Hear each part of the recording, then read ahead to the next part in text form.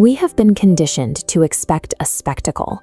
When people imagine an angelic visitation, they picture blinding lights, deafening thunder, and towering winged figures descending from the sky.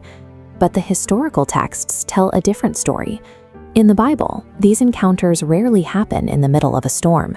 They happen in kitchens, on dusty walking paths, and at the front doors of ordinary tents. Take the account in Genesis 18. Abraham was sitting by his tent during the hottest part of the day. He offered a routine meal to 3 travelers, and it was only later he realized he had been feeding angels. By waiting for the sky to split open, we train our brains to look past the quiet, mundane spaces where the divine actually operates. When we do experience a profound anomaly, our minds scramble for a comfortable explanation. A sudden spike in intuition becomes a biological quirk. A narrow escape is categorized as a stroke of luck. We lean heavily on the concept of coincidence. It acts as a secular defense mechanism, a neat psychological box that lets us file away events we can't explain without having to confront the supernatural. But what if these anomalies aren't glitches in probability at all? When we examine the specific anatomy of these moments, we begin to see a set of distinct, recurring markers.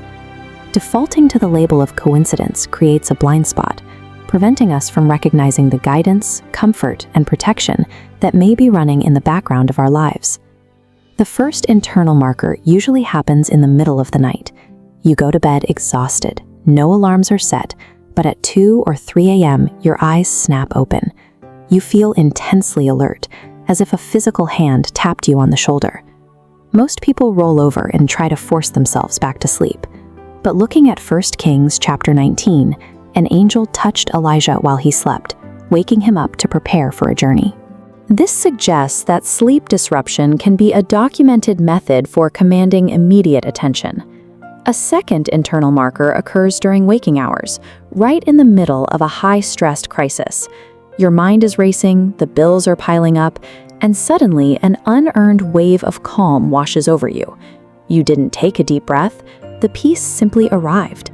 Philippians 4 describes this as a peace that surpasses understanding.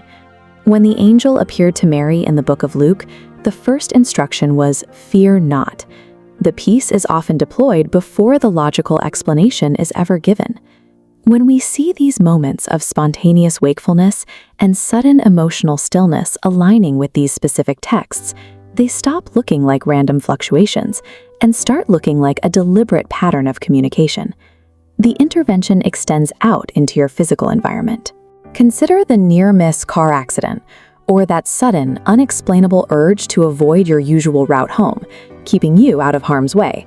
Psalm 91 outlines exactly how this works. It describes protective forces given charge to physically bear you up in their hands, preventing you from striking your foot against a stone. It describes a literal, physical interception. Then there are the interpersonal anomalies. You might be standing in a grocery store aisle when a complete stranger delivers a highly specific, deeply personal word of encouragement exactly when you are at your breaking point. Hebrews 13 instructs us to entertain strangers, noting that people have hosted angels without realizing it. The divine utilizes ordinary human interaction, a passing conversation over a cup of coffee, as a delivery system. Escaping statistical harm and receiving perfectly timed counsel from someone you have never met suggests an external force coordinating these maneuvers for your benefit. The most complex interventions happen in the subconscious mind. You experience a hyper-vivid dream that leaves your heart pounding, with details that remain sharply in focus hours into the waking day. The standard reaction is to shake off the dream and make breakfast. Yet the texts treat the sleeping mind with gravity. In Matthew 2, a dream warns Joseph to flee to Egypt, saving a child's life. In Genesis 28, Jacob witnesses a ladder between heaven and earth while asleep. The sleeping state bypasses the sensory static of daily life. When analytical brain functions shut down, a clear pathway opens. The quieted mind presents less resistance, allowing for a more direct signal transfer, whether a specific warning or profound comfort. By leaving behind the psychological noise of the day, the resting mind functions as a sensitive, clean receptor for these transmissions. Whether it is a 3 a.m. wake-up call, a stranger's word, or a hyper-vivid dream, All these anomalies fall under a single framework found in Hebrews chapter 1. The text defines these entities as ministering spirits, deployed for active, calculated service. They are not passive figures of folklore, they are active agents, and their deployment is targeted. They are sent out to operate directly on behalf of the specific individuals experiencing these interventions. What feels like an isolated string of weird events is actually a continuous support network running beneath the surface of your daily routine. To engage with this network, you have to abandon the old vocabulary. You must stop defaulting to terms like luck and coincidence when processing your day. Replace passive dismissal with active recognition. The next time you bolt awake at 3 a.m., try praying instead of rolling over. The next time you narrowly escape a disaster, acknowledge the interception with gratitude.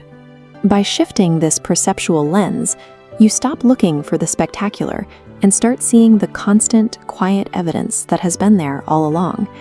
You realize you are not walking through this life isolated, and the divine is not silent.